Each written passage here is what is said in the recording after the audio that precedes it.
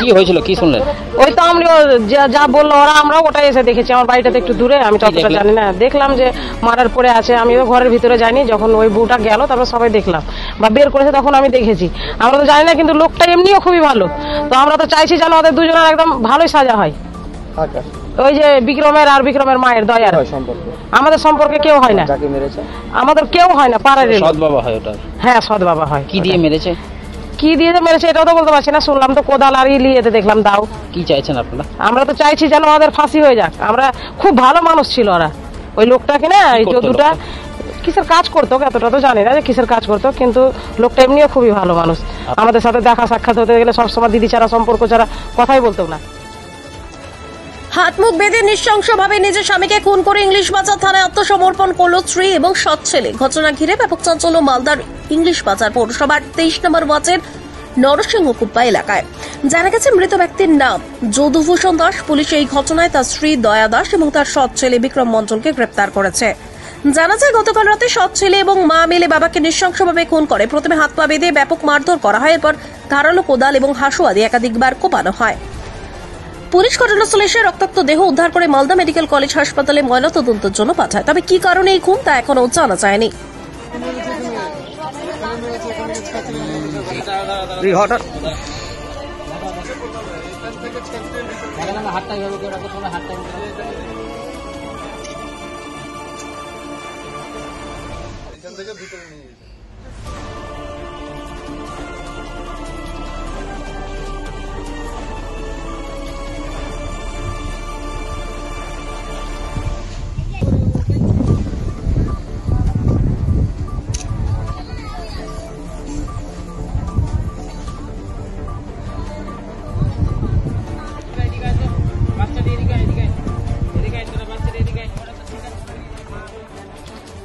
সেরকম কিছু জানি না।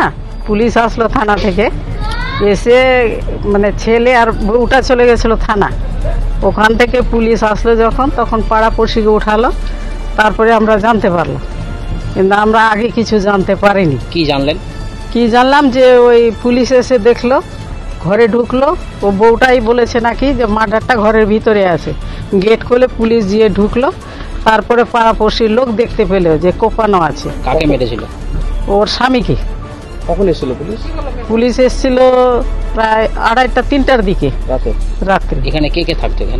এখানে ওই ছেলেটা থাকতো, বউ থাকতো, আর ওই যদুভূষণ দাস থাকতো। কেন মারলো কিছু জানেন? না, আমরা কিচ্ছু জানি না। আর কোনো ঝামেলাও আমরা শুনিনি। বৈকালে গেলাম তো কোনো ঝামেলাই তো না, স্বামী স্ত্রী সবাই ভালোই ছিল, কিন্তু আমরা কিছু শুনলাম না। তো এর আগে আপনাদের এখানে এরকম হয়েছিল? না না, কোনো ঘটনা হয়নি আমাদের এখানে। কি নেশা টেশা জোয়ার আসর টাসর বসে? না, কোনো কিছু বসে না। আগে বসতো না, জানি না। আমরা যখন বাড়ি করেছি কোনো নেশা, কোনো জুয়া এখানে বসতেও দিই না। আমরা হয়তো ক্লাবের সঙ্গে যোগাযোগ করে আমরা সব বন্ধ করে দিয়েছি। পুলিশ কাকে ধরেছে? হ্যাঁ, পুলিশ কাকে ধরে নিয়ে গেল? ওই ছেলেটাকে আর ওর বউকে। এটা কি ওর দ্বিতীয় পক্ষের বিয়ে ছিল? ওই যে ছেলেটার মানে ওর বৌদিকে নিয়ে থাকছিল। ছেলেটার এটা বউ ছিল না, বৌদিকে নিয়ে অনেকদিন 15-16 বছর। দ্বিতীয় পক্ষের বিয়ে? হ্যাঁ, দ্বিতীয় পক্ষের।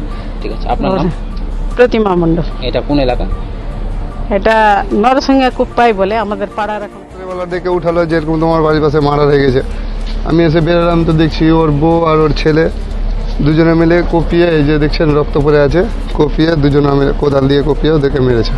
কেন মারলো, কিছু গন্ডগোল? এটা বলতে পারছি না দাদা। এমনি তো ঝামেলা তো কিছু হয়নি যে বলতে পারবো। এমনি কোনো ঝামেলা হয় না ওদের ভিতরে, দেখতে পাই না যে লোক জানিয়ে ঝামেলা যেটা হয় সেটা হয় না। চিৎকার চেঁচামেচি? না না, এরকম কিছু পাই না। আওয়াজই হয়নি। আপনাদের এখানে কি নেশা টেশার আসরটা? না না, এখানে কোনো নেশার আসর বসে না। কিভাবে মেরেছে? কোদাল দিয়ে কপিয়ে, হাসুয়া আর কোদাল দিয়ে কপিয়ে মেরেছে। বডি এখানে মেরেছিল, এখান থেকে ছেঁচড়ে ওরাই সব ঘরের ভিতরে নিয়ে গেছে।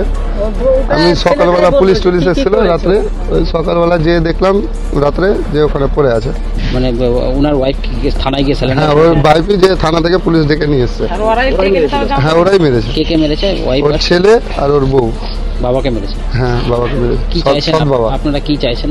আমরা চাইছি যে ওর জন্য ভালো শাস্তি দেওয়া হোক। আমরা যদি জানতে পেলাম তো রাত্রেই মারতাম ওদের দুটো। আমার নাম বলরাম রাজপুত।